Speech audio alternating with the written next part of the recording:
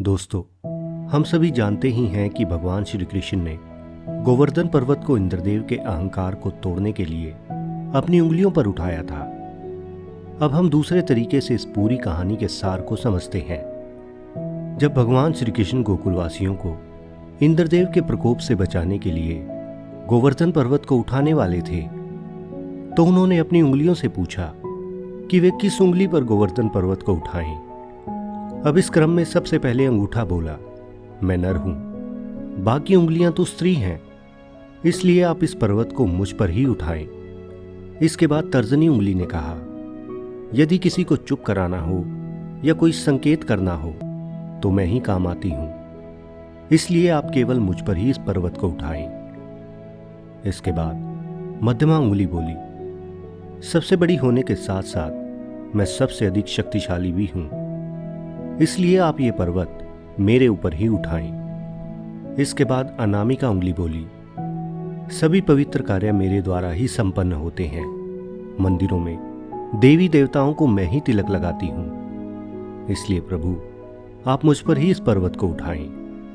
लेकिन जैसे ही भगवान श्री कृष्ण ने सबसे छोटी उंगली यानी कनिष्ठ उंगली की ओर देखा तो उसके नेत्र भर आए। वो भरे नेत्रों के साथ बोली कि प्रभु मैं सबसे छोटी हूं और मुझ में ऐसा कोई गुण नहीं है कि मैं कहीं इतनी उपयोगी साबित होती हूं।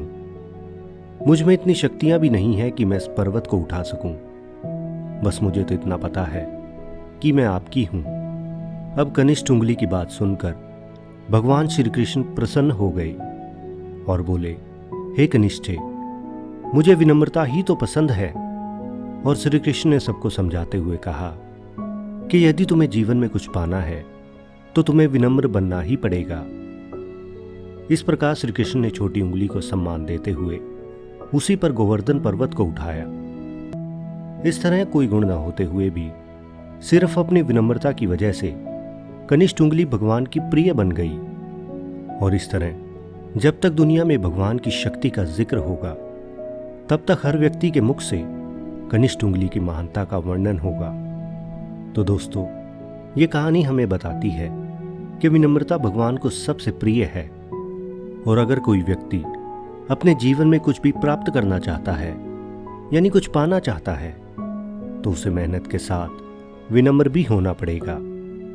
लेकिन कई बार जब हम अपने जीवन में अपने गुणों के बल पर थोड़ा बहुत कुछ पा लेते हैं तो हमारे अंदर एक अहंकार का जन्म हो जाता है।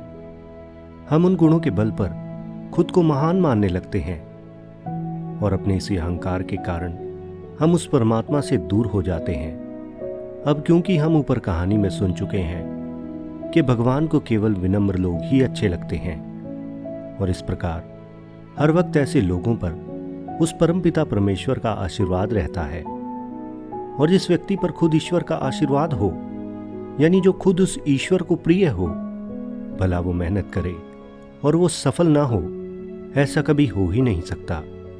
ठीक इसी प्रकार भगवान की लीलाओं में आज ये भी एक प्रसिद्ध लीला है। और आज जब भी ईश्वर की लीला का जिक्र होता है तो कनिष्ठ उंगली का नाम ना आए, ऐसा हो ही नहीं सकता। इस प्रकार भगवान से जुड़कर उस कनिष्ठ उंगली ने सब कुछ प्राप्त कर लिया। इसलिए दोस्तों, तुम अगर अपने जीवन में कुछ भी पाना चाहते हो तो मेहनत के साथ विनम्रता को भी अपनाओ। कभी अपने गुणों पर किसी प्रकार का घमंड न करो, क्योंकि अगर तुम विनम्र और सरल हो तभी आप प्रभु के अपने बन सकते हो और उस ईश्वर का आशीर्वाद प्राप्त कर सकते हो। तो दोस्तों, ये भगवान श्री कृष्ण की बड़ी पुरानी लीलाओं में से एक है और मैं आशा करता हूं कि इस कहानी से आपको बहुत कुछ सीखने को मिला होगा। अगर ये वीडियो आपको अच्छी लगी हो तो इस वीडियो को लाइक और अपने दोस्तों के साथ शेयर जरूर करें। और दोस्तों, ये हमारा एक नया YouTube चैनल है और इसके माध्यम से हम ये अच्छे विचार इस समाज तक लेकर जाना चाहते हैं, और ये आप सबके सपोर्ट के बिना बिल्कुल भी संभव नहीं है। इसलिए अपने सपोर्ट स्वरूप हमारे इस चैनल को सब्सक्राइब करना ना भूलें। आपका लाइक और सब्सक्राइब हमें आगे बढ़ने के लिए मोटिवेट करेगा। अगर आपके अपने कुछ विचार हों तो कमेंट बॉक्स में कमेंट जरूर करें।